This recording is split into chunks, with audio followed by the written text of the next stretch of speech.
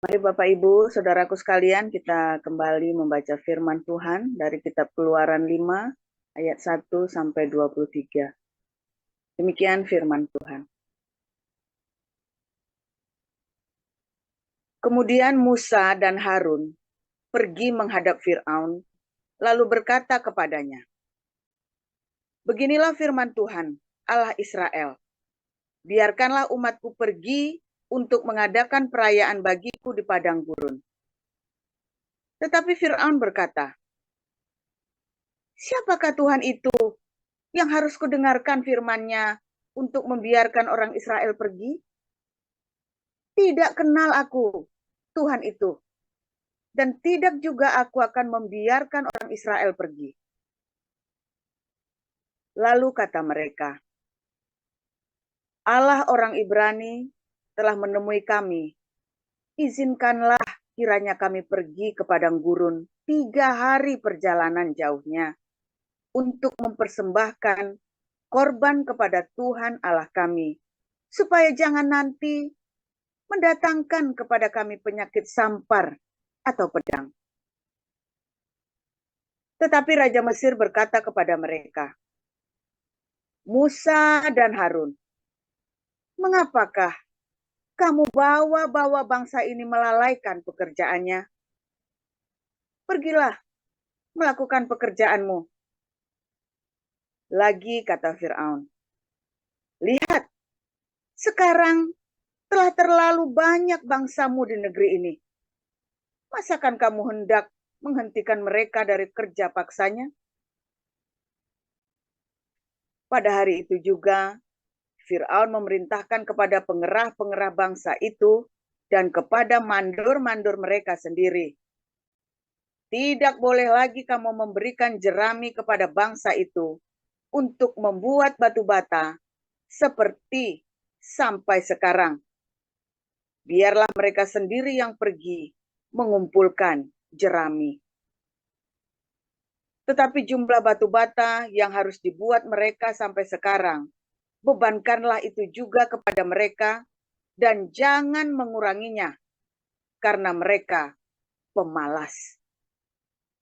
Itulah sebabnya mereka berteriak-teriak, "Izinkanlah kami pergi mempersembahkan korban kepada Allah kami." Pekerjaan orang-orang ini harus diperberat, sehingga mereka terikat kepada pekerjaannya dan jangan mempedulikan perkataan dusta. Maka para pengerah bangsa itu dan para mandornya pergi dan berkata kepada mereka, "Beginilah kata Fir'aun, aku tidak memberi jerami lagi kepadamu. Pergilah kamu sendiri mengambil jerami di mana saja kamu mendapatnya.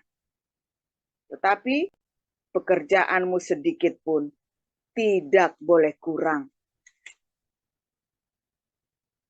Lalu berseraklah bangsa itu ke seluruh tanah Mesir untuk mengumpulkan tunggul gandum sebagai pengganti jerami. Dan pengerah-pengerah itu mendesak mereka dengan berkata, "Selesaikan pekerjaanmu, yaitu tugas sehari, seperti pada waktu ada jerami." Lalu pengerah-pengerah Fir'aun memukul mandur-mandur Israel yang mereka angkat sambil bertanya, "Mengapakah kamu pada hari ini tidak menyelesaikan jumlah batu bata yang harus kamu buat seperti kemarin?" Sesudah itu, pergilah para mandur Israel kepada Fir'aun dan mengadukan halnya kepadanya. "Mengapakah Tuanku berkata seperti itu terhadap hamba-hambamu ini? Jerami tidak diberikan lagi kepada hamba-hambamu ini. Tetapi walaupun begitu, kami diperintahkan buatlah batu bata. Dan dalam pada itu, hamba-hambamu ini dipukuli, padahal rakyat Tuankulah yang bersalah." Tetapi ia berkata, "Pemalas kamu, pemalas. Itulah sebabnya kamu berkata, izinkanlah kami pergi mempersembahkan korban kepada Tuhan. Jadi sekarang, pergilah, bekerja. Jerami tidak akan diberikan lagi kepadamu, tetapi jumlah batu bata yang sama harus kamu serahkan. Maka mengertilah para mandur Israel bahwa mereka ada dalam keadaan susah, karena dikatakan kepada mereka, kamu tidak boleh mengurangi jumlah batu bata pada tiap-tiap hari. Waktu mereka meninggalkan Fir'aun, berjumpalah mereka dengan Musa dan Harun yang sedang menantikan mereka. Lalu mereka berkata kepadanya, kiranya Tuhan memperhatikan perbuatanmu dan menghukumkan kamu, karena kamu telah membusukkan nama kami kepada Fir'aun dan hamba-hambanya, dan dengan demikian kamu telah memberikan pisau kepada mereka untuk membunuh kami. Lalu Musa kembali menghadap Tuhan, katanya, Tuhan, mengapakah kau perlakukan umatmu ini begitu bengis? Mengapa pula aku yang kau utus? Sebab sejak aku pergi menghadap Fir'aun untuk berbicara atas namamu, dengan jahat diperlakukannya umat ini. Dan kau tidak melepaskan umatmu sama sekali. Tetapi Tuhan berfirman kepada Musa, sekarang engkau akan melihat apa yang akan kulakukan kepada Fir'aun. Sebab dipaksa oleh tangan yang kuat, ia akan membiarkan mereka pergi. Ya, dipaksa oleh tangan yang kuat, ia akan mengusir mereka dari negerinya. Demikian. Ya, silakan Bu Veronica lanjutkan.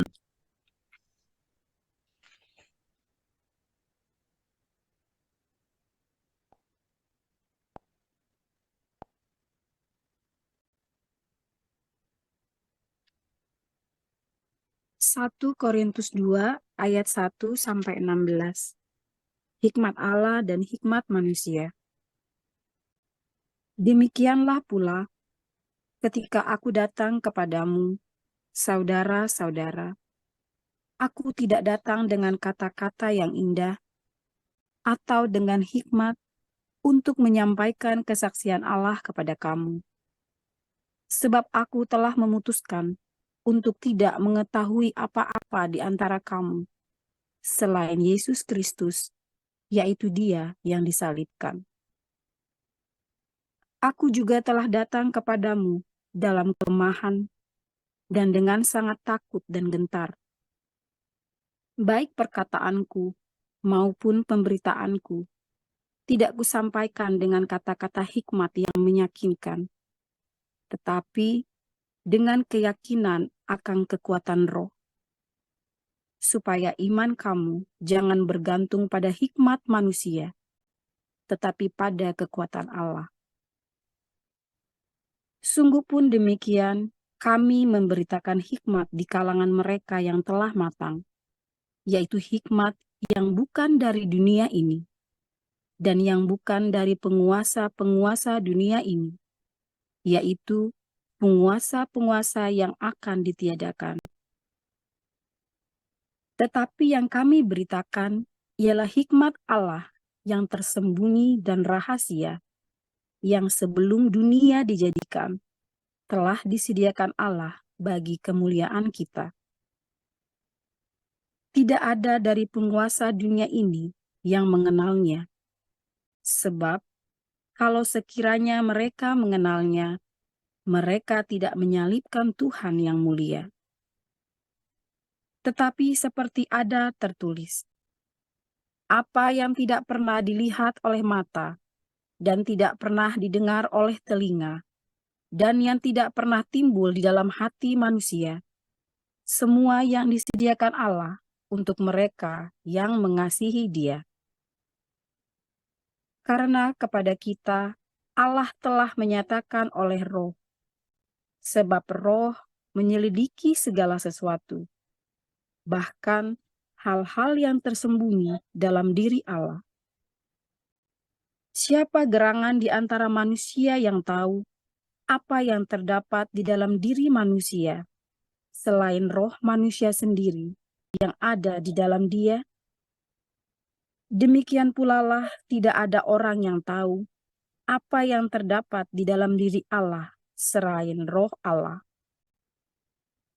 Kita tidak menerima roh dunia, tetapi roh yang berasal dari Allah, supaya kita tahu apa yang dikaruniakan Allah kepada kita. Dan karena kami menafsirkan hal-hal rohani kepada mereka yang mempunyai roh, kami berkata-kata tentang karunia-karunia Allah dengan perkataan yang bukan diajarkan kepada kami oleh hikmat manusia, tetapi oleh roh. Tetapi manusia duniawi tidak menerima apa yang berasal dari roh Allah, karena hal itu baginya adalah suatu kebodohan. Dan ia tidak dapat memahaminya, sebab hal itu hanya dapat dinilai secara rohani. Tetapi manusia rohani menilai segala sesuatu, tetapi ia sendiri tidak dinilai oleh orang lain. Sebab, siapakah yang mengetahui pikiran Tuhan, sehingga ia dapat menasihati dia? Tetapi kami memiliki pikiran Kristus. Ya, terima kasih untuk para lektor, Ibu Herliano dan Ibu Veronica. Kita akan mendengarkan firman Tuhan kali ini dengan judul Guna-guna Nabi Palsu. Silakan Pastor Paul. Haleluya, firman Tuhan selalu baru setiap hari. Saudara, ketika kita mencari Tuhan dengan sungguh-sungguh, ya, dengan ketulusan hati, saudara ya, dengan hati pengharapan yang benar. Anda memang mengharapkan Tuhan, minta terobosan hari ini. Tuhan minta sesuatu, ya. Makanya Tuhan senang ketika kita tiap hari berharap kepada Tuhan. Tuhan, beri aku sesuatu yang baru hari ini, Tuhan. Berikan terobosan, kekuatan untuk menghadapi hari ini. Berikan penghiburan untuk hari ini. Dalam masa kesesakan, dalam masa pergumulan hidupmu, berikan rema yang baru supaya saya bisa meresponi dengan benar setiap hari, saudara ya. Respon yang benar setiap hari. Ya, tapi kalau orang hidupnya agamawi itu susah loh, saudara. Anda kalau hidupnya dalam agamawi, Anda berpikir, ya sama-sama Tuhan, Tuhan, Tuhan ya. Anda sering ngomong Tuhan, Tuhan, Tuhan, Tuhan. Tetapi Anda sendiri waktu ngomong Tuhan, Tuhan itu garing, saudara ya. Anda lihat ya, setiap raja, setiap pemimpin punya penasihat rohani. Baik itu orang ateis sekalipun, dia ada penasihat rohani loh, saudara. Ya, orang ateis sekalipun dia punya penasihat rohani. Apa itu penasihat rohani? Orang-orang yang spiritual ini, walaupun dia ateis, lalu dia bikinkan sesuatu yang spiritual, yoga lah, terus nanti apalagi ya, zen lah, apa sebagainya. Walaupun dia ateis, saudara ya, dia jadi meditasi lah, dia jadi apalagi, walaupun ateis, dia punya penasihat spiritual, saudara ya. Aneh ya, dia ateis, tapi dia punya penasihat spiritual. Nah, ketika kamu masuk di dalam dunia spiritual yang tidak benar, maka kamu akan dihipnotis, saudara. Seperti Firaun, kenapa Firaun mempersulit orang Israel ini, saudara? Anda lihat sejarahnya orang Firaun ini ya, saudara ya. Ketika Yakub pertama kali masuk ke Mesir, Yakub dan anak-anaknya ya 70 orang. Nah, suatu ketika mereka bertambah banyak, tiba-tiba bertambah banyak ya. Kayak ya kenapa nggak tambah banyak? Ya mereka hidup di dataran Sungai Nil yang hijau dan mereka mengembalakan kambing domba, hidupnya sejahtera sekali mereka di sana, saudara ya. Di Goshen itu selalu rumputnya selalu hijau, bahkan di masa-masa kelaparan pun nggak ada gandum, nggak ada apa, rumputnya hijau. Makanya Yusuf itu sangat pintar ya. Kamu minta di Goshen jadi gembala, kita di gembala, wah pas banget nih.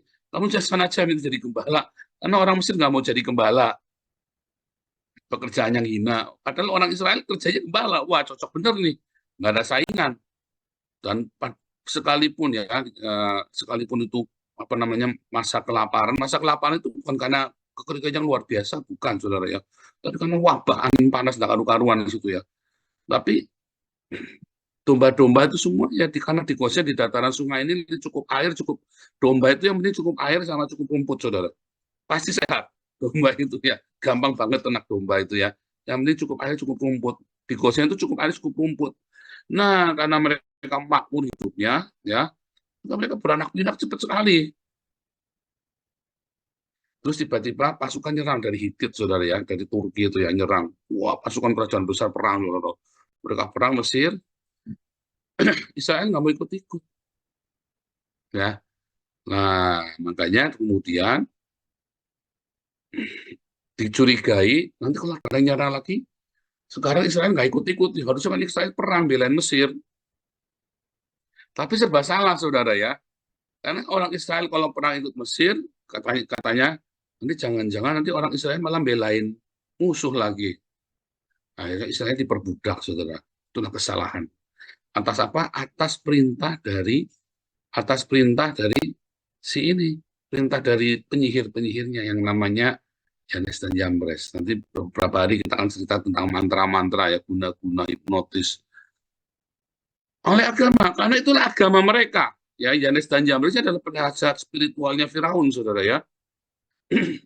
Dia dihipnotis, saudara. Raja yang bijak ini kemudian dihipnotis dengan spiritualisme, dengan agama. Nah, itulah saudara, agamawi, sifat agamawi. Sifat agamawi itu membuatmu tidak berpikir dengan akal sehat. Sifat agamawi itu, ya, orang-orang Israel ini, ya, kan dianiaya oleh orang Mesir gara-gara mimpinya Firaun. Mimpinya Firaun lalu diterjemahkan di dalam spiritual Mesir bahwa Mesir akan dikembalikan oleh seorang Ibrani, ya. Makanya dicari semua anak-anak Ibrani, dibunuh semua, ya.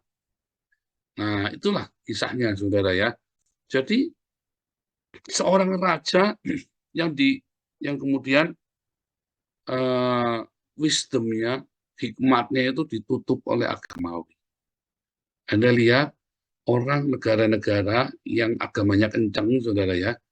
Negara-negara ini kan miskin ya, karena hikmatnya, kecerdasannya ditunggangi oleh agama. Hidup kita sehari-hari juga sama. Kalau kamu masih agamawi, ya, maka kecerdasanmu jadi berkurang. Karena kamu agamawi, dikit-dikit agama, dikit-dikit agama, dikit-dikit Tuhan, dikit-dikit Tuhan. Lupakan iya kita harus mengandalkan Tuhan. Mengandalkan Tuhan itu bukan dikit-dikit Tuhan. Ya, dikit-dikit Tuhan itu maksudnya begini ya. Nanti lata ya, aduh Tuhan Yesus. Dikit-dikit, aduh Tuhan Yesus. Ah, Tuhan Yesus. Dikit-dikit, haleluya. Dikit-dikit, wah. Nah itu tuh orang-orang itu orang-orang yang agamawi itu. Dan kemudian kalau ada orang ngomong, oh jangan, firman Tuhan bilang begini. Oh jangan, kita ini orang Kristen. Oh jangan. Nah, Anda amatin ya. Karena apa, saudara? Karena gaya hidup orang Kristen itu bukan di omongan, tapi di praktek, saudara. Ya, gaya hidup orang Kristen itu bukan di omongan, tapi di praktek. Oh, saya doa dulu pernah dia masuk sini nyelonong ya. Coba kalian di sini ada nggak punya kehidupan doa pribadi? 1 jam saja ngajari kita di sini ya. Pagi-pagi sebelum kita mulai. Saya bilang, waduh, di sini mah kita nggak ada ritual-ritual begitu. Saya bilang begitu ya. Wah, orang ini kaget ya, saudara ya. Wah, kan kita perlu. Wah, itu ajaran lama, itu salah semua. Saya 3 jam sehari dulu. 4 jam saya dulu sehari doa, saudara ya. Serius. Saya SMP, SMA itu sehari 4 jam ya, saudara ya. Selama 3 tahun itu jalan. Efek nggak? Enggak. Bikin saya jadi munafik. Ya, sekolahnya tidak karu-karuan. Bayangin sehari doa 4 jam. Ya, di sekolah saja dari jam 7, berangkat dari jam 6 sampai jam 2 baru pulang. Tambah 4 jam, berarti jam 6. Ya, terus saya persekutuan doa sampai jam 10 malam. Lalu belajarnya kapan? Udah gitu saya tiap sore masih bantuin orang tua ya, kadang-kadang ya. Jadi doanya tunda malam. Aduh, tidak karu-karuan tuh, saudara ya. Salah, saudara ya, salah. Makanya ada orang yang ngajari ke gereja tiap hari kemarin ya, kayak di tempat TikTok itu ya. Oh, saya sekarang ke gereja tiap hari. Oh, salah. Ke gereja seminggu sekali saja. Salah. Tapi saya haus firman Tuhan. Firman Tuhan kamu nggak usah datang ke gereja, kamu dengerin di YouTube. Coba bayangin kamu pergi setiap hari ke gereja. Waktumu habis di jalan, waktu kamu di gereja. Lalu kehidupan kamu yang lain seperti apa coba? Tapi saya rindu, ya, kamu kalau rindu firman Tuhan dengan YouTube, baca firman Tuhan sendiri. Karena yang paling penting kamu melakukan firman Tuhan. Ketika kamu ketika kamu jadi agamawi, kecerdasanmu langsung hilang, akal sehatmu hilang, saudara. Percaya saya. Berserah kepada Tuhan itu bukan kamu membabi buta pergi ke gereja, enggak, saudara ya. Berserah kepada Tuhan, ketika kamu sudah melakukan yang terbaik dari hidupmu, lalu kamu serahkan sama Tuhan. Kamu doakan Tuhan, aku sudah melakukan satu yang jujur, satu dengan kerendahan hati, ya, dan saya menghindari semua yang nggak baik, yang berliku-liku, ya. Kamu sudah rendah hati ya, kamu sudah jujur, kamu sudah rendah hati, sudah jujur, sudah melakukan yang terbaik, lebih dari yang semestinya kamu lakukan. Setelah itu kamu serahkan sama Tuhan hasilnya. Itu namanya berserah. Bukan terus kamu udah serahkan sama Tuhan lalu kamu males-malesan. Banyak orang ya serahkan sama Tuhan lalu dia bermalas-malasan. Tuhan memberkati enggak? Enggak. Banyak orang berpikir kalau kamu serahkan sama Tuhan tiap hari kamu berdoa, Tuhan akan memberkati kamu tanpa kamu harus bekerja. Itulah pikiran orang agamawi, saudara. Yang penting pelayanan di gereja. Yang penting berdoa. Kamu berdoanya berjam-jam, menikmati hadirat Tuhan. Nah, kemarin waktu di TikTok juga saya tanya ya, coba-coba, kamu definisinya menikmati hadirat Tuhan. Ya, kita nyanyi menyembah Tuhan di kamar.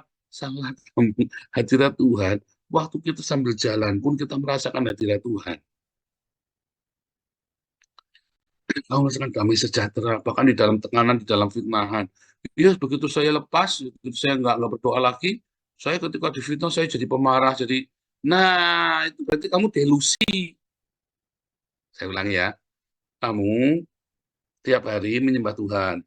Wah, pas menyembah Tuhan, terus kamu difitnah, atau kamu menghadapi masalah, terus kamu senang, kamu berdoa lagi. Itu kan diajari di gereja kan begitu kan.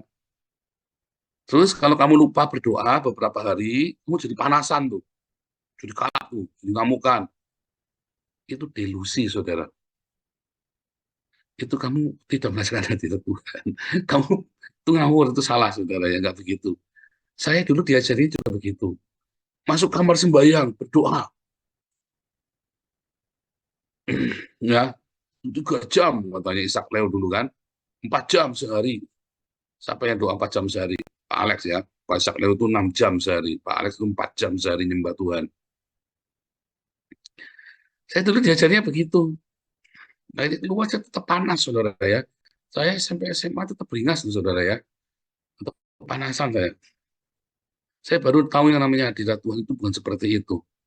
Hadirat Tuhan itu ya karena kamu hidup memutuskan ya untuk menyerahkan. Bukan di kamar, saudara.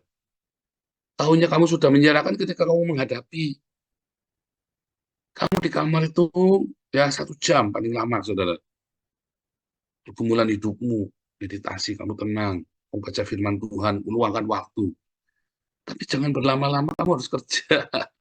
Makin lama kamu bersama dengan Tuhan, kamu kerjanya sedikit saja. Itu saya dulu diajarnya gitu. Salah, saudara ya. Kamu kerja di kamar, kamu 1 jam saja. Ya, baca firman Tuhan, kamu renungkan, ya, tiap malam, ya, kamu renungkan, atau tiap pagi, kamu ada waktu.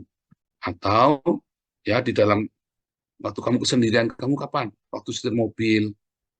Saya mah, waktu setir mobil, saya sambil dengarkan firman Tuhan, ya, sambil nyembah Tuhan. Senantiasa itu yang namanya hadirat Tuhan, saudara, ya, senantiasa. Bukannya berjam-jam di dalam kamar. Ya, bukannya berjam-jam di dalam kamar. Ada masanya kita retreat, ada masanya ya. Tetapi bukan tiap hari kamu berjam-jam, kan, saudara.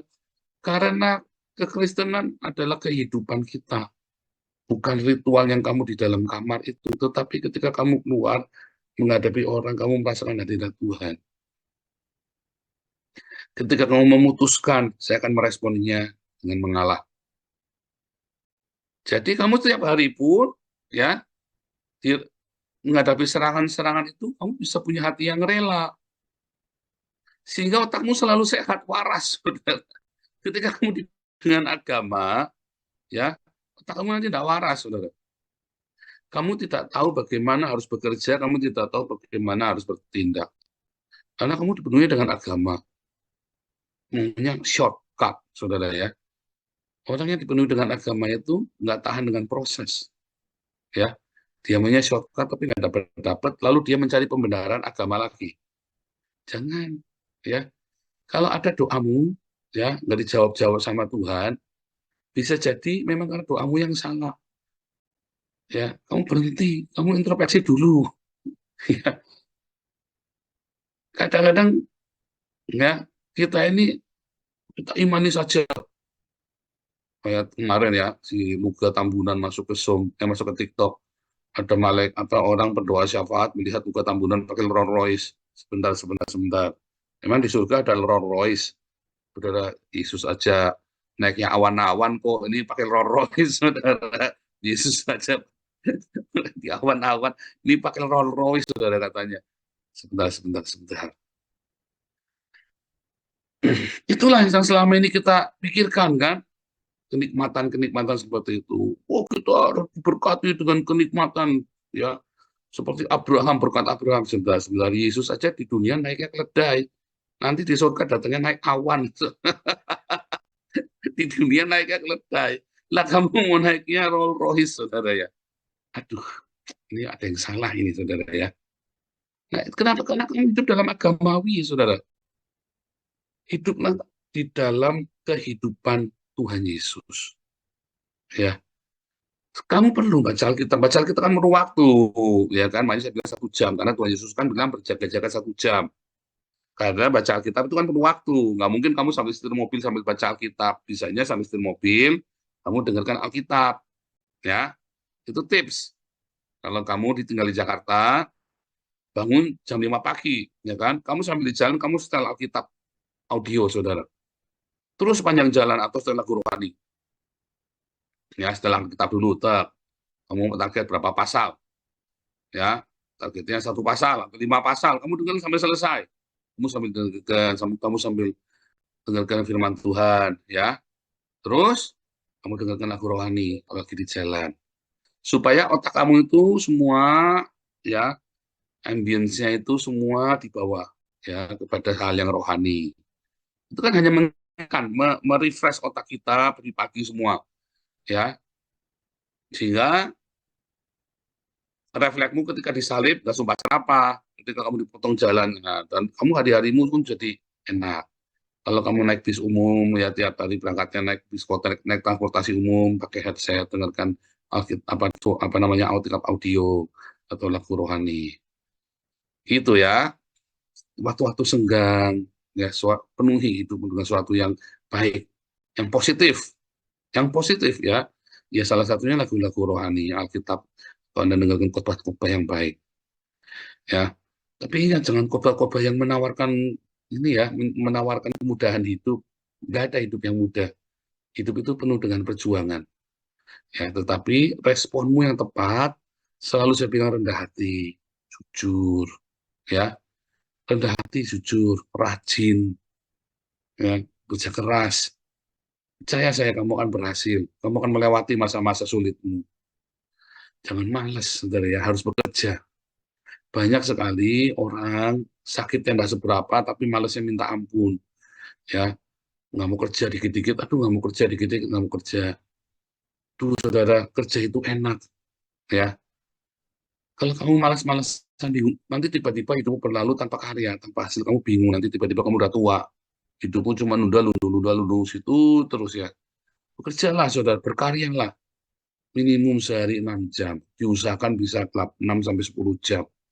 Ya, jangan lebih dari 12 jam juga salah. Tapi kamu kurang dari 6 jam berarti nggak sehat juga. Saya tiap hari selalu ya, sibuk sekali ya saya ya. Sehingga saya selalu menghasilkan karya-karya. Ya, bahkan yang buat anak saya, buat komunitas saya ada karya-karya, kan tiap orang talenta. Oh bukan, saudara, tiap orang itu yang semua orang yang dipenuhi cinta pasti menghasilkan karya. Kalau kamu tidak berkarya, jangan-jangan kamu nggak penuh dengan cinta. Serius, saudara ya, orang yang penuh dengan cinta hidupnya selalu berkarya. Anda lihat seniman-seniman yang penuh cinta, hidupnya berkarya. Kebencian juga menghasilkan karya, toh ya, tapi suram. Ya, kebencian juga ya. Tetapi karya-karya yang indah itu dihasilkan dari cinta yang melimpah. Baik itu seni, baik itu karya teknik, karya apa saja, konstruksi, semua dihasilkan dari cinta, saudara. Kalau kamu penuh cinta, kamu akan moodnya baik, sehingga karyanya selalu indah, saudara ya. Hiduplah penuh dengan cinta. Kalau kamu nggak penuh dengan cinta, kreativitasmu akan berkurang, saudara. Ya, jadi orang-orang yang agamawi ini kemudian ya dia akan seakan-akan mengenal Tuhannya. Dia kira dia kenal Tuhannya. Semua orang agamawi mengklaim dia punya hubungan yang intim dengan Tuhan. Ya kan? Nah, coba di TikTok Anda ngikuti yang TikTok ya, judulnya live TikTok. Ya, selalu ya, saya tulis TikTok, ada TikToknya. Semua orang-orang agami mengklaim dia punya hubungan yang intim dengan Tuhan. Lalu saya tanya, buahnya apa? Nol, saudara. Karena agamawi itu tidak menghasilkan buah. Ya, dulu sudah saya bilang, itu adalah masturbasi rohani. Intim, ginosko, intim, ya, selalu menghasilkan buah. Suami istri intim, ya punya anak. Kita cerita teori normal ya, bukan yang, oh dia mandul Pak ya, itu jangan cerita itu. Suami istri kalau intim pasti punya anak. Kalau nggak intim, ya masturbasi dia. Dia nggak punya anak. Ya, kalau kamu intim dengan Tuhan Yesus, pasti kamu punya buah hasil. Nah, itulah karya. Nah, tetapi ada orang yang hidupnya agamawi sekali, Tuhan, Tuhan, terus ngomongnya Tuhan, terus. Tapi Anda lihat ya, ini bullshit. Nggak ada buahnya. Nah, orang begini itu biasanya juga akan mencelakakan kamu, saudara. Ya, katanya Tuhan, terus ngomongannya ya. Makanya di rumah saya itu nggak ada simbol-simbol agama. Kenapa? Saya menghindarkan anak saya dari kehidupan agamawi. Saya ajari dia tentang doa-doa yang hidup, doa yang dari hati. Kehidupan pengikut Kristus yang benar-benar mengikut Kristus itu apa? Ya, ada pengampunan, ada berkat, ya kan? Kerendahan hati. Simpel sudah kita nyanyikan ya. Mengasihi, mengampuni, memberkati, ya, bersahaja dalam hidup setiap hari, ya kan? Hidup sederhana, ya, rendah hati. Sudah kita nyanyikan, saudara. Makanya hiduplah selalu di dalam kehidupan Kristus. Kalau itulah yang disebut dengan keintiman. Kamu hidup bareng-bareng saya sama anak tiap hari jalan gandengan, hidup. Ya kan? Itulah keintiman, saudara. Ya, berjalan. Kalau anak berhenti, saya berhenti. Kalau saya jalan, anak ikut jalan. Gantian, saudara ya. Saya pergi ke Bali, anak di Bali. Saya pergi ke Eropa, anak pergi ke Eropa. Itulah keintiman. Ya, artinya tiap hari berjalan di kehidupan sehari-hari kita. Keintiman itu seperti itu. Keintiman itu jadi bukan kehidupan ritualmu. Ya, kamu pasang foto anak. Saya pasang fotonya anak gede-gede. Dia baru tak ciumin terus. Ya, nggak menghasilkan buah, saudara. Ya, namanya hubungan jarak jauh. Ya kan, long distance relation. Nah, tapi nggak menghasilkan buah. Harus dekat. Harus tiap hari bareng. Kamu kalau tiap hari ciumin foto pacarmu, apa suamimu, istrimu, dia nggak bakal berbuah. Ya kan, yang ada apa saudara, fotonya luntur. Ya kan, harus bersama terus setiap hari, ada di sini, di mana Yesus ada, kamu ada di situ. Kalau bisa ada di situ ketika ada masalah, kamu apa yang harus aku lakukan Tuhan? Simpel, pasti jawabannya apa? Hati. Jangan balas. Pasti jawabannya apa? Jangan takut. Ayo yang jujur. Ayo hidup sederhana. Begitu kamu hidupnya mewah-mewah, saya jamin kamu tidak intim sama Tuhan.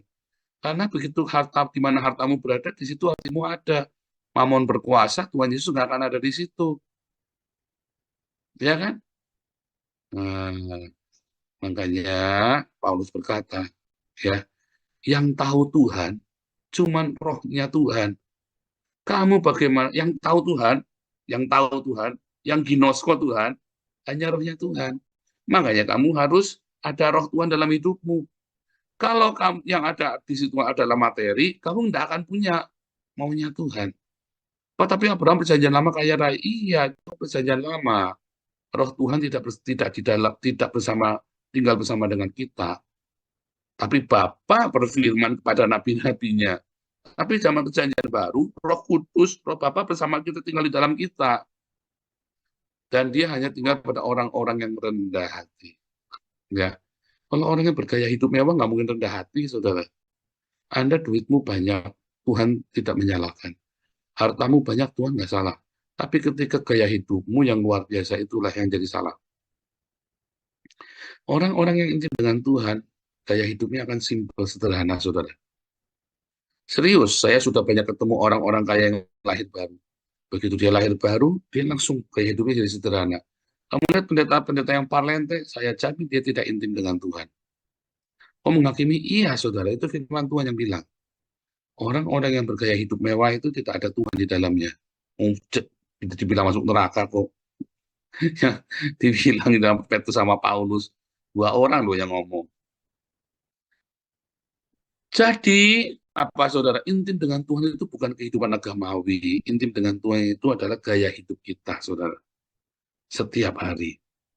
Ya, bagaimana kamu punya cinta terus setiap hari. Respon-responmu terhadap masalah, ya, itu menunjukkan kamu intim apa enggak. Dimulai dari duduk baca Alkitab. Dengar firman Tuhan, ya. Tapi bukan berjam-jam cuma nongkrongin Alkitab. Kecuali kamu lagi libur atau kamu ada janda duda sendirian, anakmu sudah tidak ada, semua kamu hidupnya sendirian. Waktu-waktumu. Tapi kalau kamu masih muda, tetaplah bekerja. Jangan jadi pertapa. Jangan jadi petapa kamu di gua. Ya, umurmu masih 40 tahun, kamu menduda menjanda, terus kamu tinggal di gua, mintanya dikasih sembako. Tidak boleh juga. Kamu masih, yang namanya janda itu sudah di atas 60 tahun, katanya Paulus.